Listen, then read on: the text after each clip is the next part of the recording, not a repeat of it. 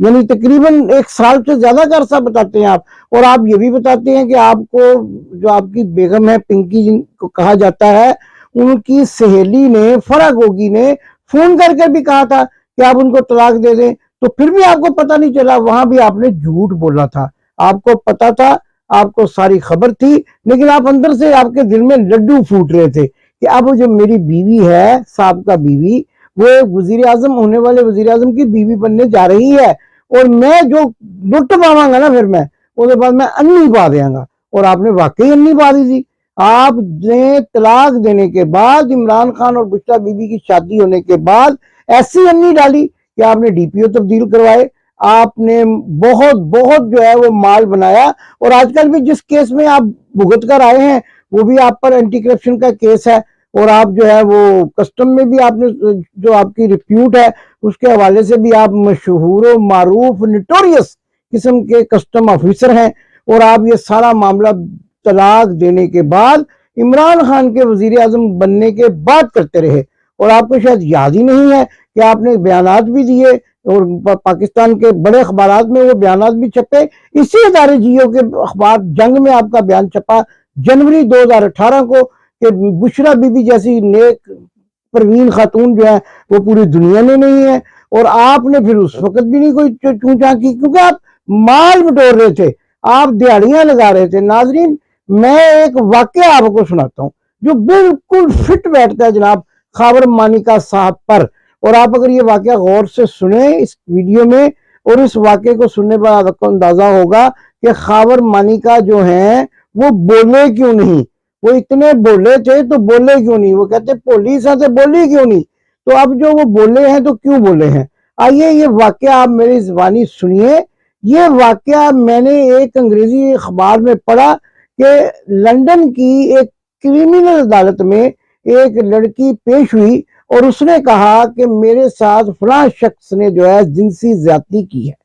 اب جج نے پوچھا کہ یہ واقعہ کب ہوا ہے, کیسے ہوا ہے, اور کون شخص تھا جس نے تمہارے ساتھ جنسی زیادتی کی.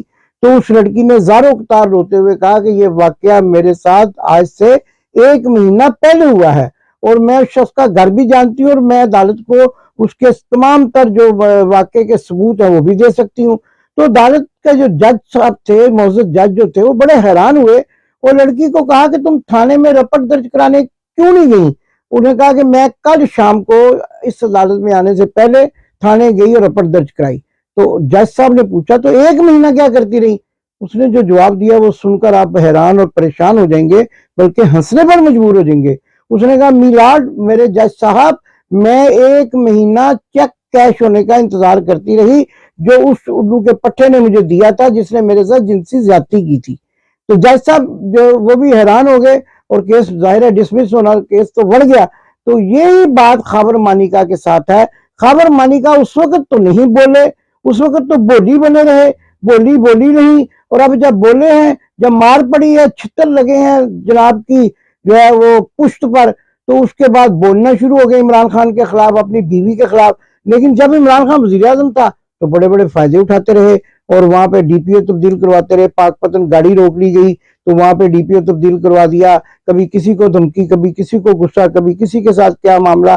تو یہ سارے فائدے اٹھاتے رہے, اور اس کے ساتھ ظاہر ہے مالی فائدے بھی اٹھاتے رہے ہوں گے, کیونکہ کسٹم کے محکمہ تو آپ کو پتا ہے ایک بہت بڑا سمندر ہے جس میں بہت سارے مالی فائدے اٹھائے جائے. لیکن اب جب یہ آگے پکڑ میں, تو اب بے بس بن گئے, لاچار بن گئے, مجبور بن گئے. مار کھائی, مار کھانے کے بعد ان کے پاس تھا تو کچھ اور کوئی مواد نہیں تھا, لیکن ہینڈلرز کو یہ کہا میرے کو بڑیاں گلاں نے, میں انٹرویو دیاں گا تو انج کر دیاں گا, تو میں تو پھٹیاں اکھیڑ دیاں گا. لیکن پھٹیاں اکھیڑنے کے بعد یعنی دعوے کے ساتھ یہ کیا کہ اپنے گھر کی وہ باتیں جو کوئی بھی شخص باہر نہیں کر سکتا وہ باہر کرنا شروع کر دی. اصل میں ایسے جو لوگ ہوتے ہیں نا, جو اپنی بیویوں کو کسی کے ساتھ رنگ رلیاں مناتے ہوئے خاموشی سے دیکھتے ہیں, آپ کو پتہ ان کو پنجابی میں کیا کہتے ہیں؟ ان کو پنجابی میں کہتے ہیں چڈو. چڈو یعنی چڈو کا مطلب ہوتا ہے بے غیرت. تو وہ جو چڈو ہوتے ہیں نا, وہ اس وقت تک تو مزے لیتے رہتے ہیں جب تک اپنی بیوی کی کمائی کھاتے ہیں, یا اپنی بیوی کے آشنا سے پیسے بٹورتے رہتے ہیں, یا پھر وہ جیسا کہ ابھی کہہ بھی رہے تھے کہ مجھے شوارما کھانے بھیج دیتا تھا دور, تو وہ جو شوارما کھانے کے مزے لیتے رہتے ہیں اس وقت تک تو چڈو بنے رہتے ہیں. لیکن جب ذرا سا وہ ان کے اندر کوئی ٹیکا لگا دینا تو اس کے بعد وہ غیر مند بن جاتے ہیں، ایک دم سے وہ ایسا بہیو کرتے ہیں. اور میں تو ایسے کئی لوگوں کو جانتا ہوں. میں میاں بیمار شریف اور میاں نواز شریف کے قریبی دوست اور شہباز شریف کے قریبی دوست میاں محمود احمد بٹ اور مودا میاں مودا بازار حسن والوں کو بھی جانتا ہوں. وہ بھی ایسی حرکتیں نہیں کرتے، لیکن اگر ان کے گھر میں کوئی داخل ہو جائے اور ان کو پتہ نہ ہو کہ اس نے کوئی مال متا دینا ہے تو پھر اس کی پھینٹی بھی لگا دیتے ہیں. گھروں کے باہر لکھا بھی ہوتا ہے بغیر اجازت اندر آنا منع ہے. میں نے ایک دفعہ کسی دوست سے پوچھا کہ اس کا کیا مطلب ہے، تو اس نے کہا کہ ان کا مطلب ہے کہ پیسے دو، اجازت لو اور پھر اندر آؤ. تو یہی حال خاور مانیکا صاحب کا تھا، پیسے لیتے تھے، فائدے اٹھاتے تھے اور خاموش رہتے تھے. اصل بات یہ ہے کہ یہ سب کچھ ان کی مرضی سے ہوتا تھا، اور اس لیے مرضی سے ہوتا تھا کہ یہ مال بنا رہے تھے، انی بنا رہے تھے اور مال بٹور رہے تھے. خیر یہ بڑی عجیب و غریب بات ہے یعنی اس وقت ایسے موقع پر.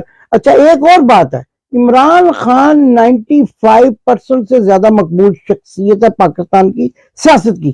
اب آپ چاہے میں کیا اب لفظ استعمال کروں، لفظ تو میرے پاس اتنا خوبصورت ہے کہ لوگ میرا ویلاگ دیکھ کر جھوم اٹھیں گے کہ اب آپ چاہے اپنے گھر کی کسی فرد کو بھی بازار میں نچا لینا کہ عمران خان کے خلاف کوئی بات کرنی ہے تو کوئی نہیں سنے گا آپ کی بات. عمران خان کی مقبولیت کا یہ عالم ہے کہ اب حافظ عاصم منیر صاحب کا، اصل میں یہ سارا معاملہ چلانے والے تو یہ لوگ ہیں نا، حافظ عاصم منیر صاحب اور ان کے ساتھی ہیں. یہ جو سارا معاملہ چلا رہے ہیں یہ وہی کرپٹ جنرل چلا رہے ہیں. لیکن آپ کو یاد ہے کہ ایک دفعہ حامد میر نے ایک تقریر میں کہا تھا کہ ہمیں مجبور نہ کریں، ہم آپ کے گھروں تک آگے تو آپ کو یہ بھی بتا دیں گے کہ کس جنرل کی بیک سائڈ پر اس کی بیوی نے گولی ماری تھی. تو یہ تو گولی مارنا والا واقعہ تو حامد میر نے آپ کو سنایا. میں جب بیسیت جرنلسٹ اسلام آباد میں کام کرتا تھا تو میں ایک امبیسی میں ایک نیشنل ڈے پہ جو قومی دن ہوتا ہے اس امبیسی کا، یورپ کی کوئی امبیسی تھی تو وہاں مدعو تھا. وہاں ایک جنرل صاحب اور ان کی بیوی کی شراب کے نشے میں دھت ہونے کے بعد لڑائی ہوگی. حاضر سرور جنرل، میں نے اپنی آنکھوں سے دیکھا سنا ہوا یہ واقعہ ہے، میں کسی کا واقعہ کوڈ نہیں کر رہا.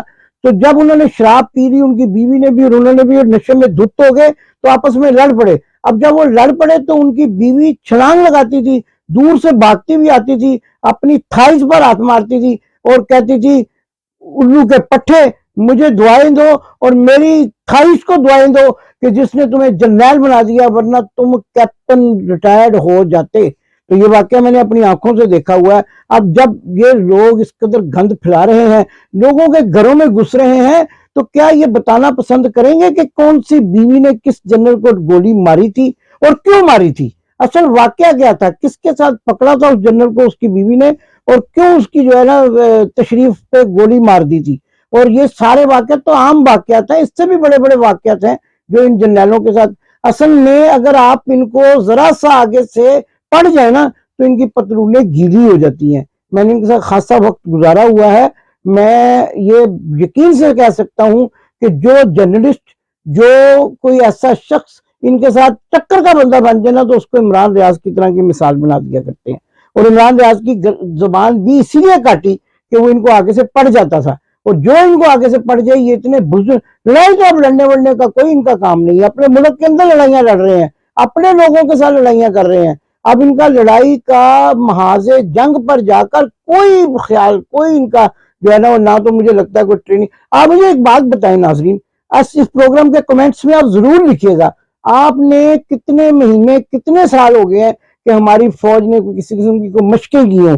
آپ کو یاد ہوگا کہ سال میں 2 یا 3 جو ہے فوجی مشقیں مختلف ممالک کے ساتھ ہوا کرتی تھی. لیکن اب جب کہ دنیا بھر میں جنگ کا ماحول ہے، مسجد اقصیٰ کا معاملہ چل رہا ہے اور پاکستان جس کو اسلام کا قلعہ کہا جاتا ہے، وہاں کی فوج جو ہے وہ صرف اور صرف لوگوں کے گھروں کے معاملات کو نکلوا کر اور ان کے انٹرویوز کروا رہی ہے. اور ہماری اطلاع کے مطابق ہم آپ کو اگلے پروگرام میں یہ بتائیں گے کہ کون سا بریگیڈیئر اسکرپٹ لکھ کر لایا تھا اور خاور مانیکا کو بھی شیخ رشید کی طرح گاڑی میں گھونسے مارے گئے، تھپڑ مارے گئے اور ان کو یہ کہا گیا کہ حرف بحرف اسی اسکرپٹ کے مطابق آپ نے بولنا ہے.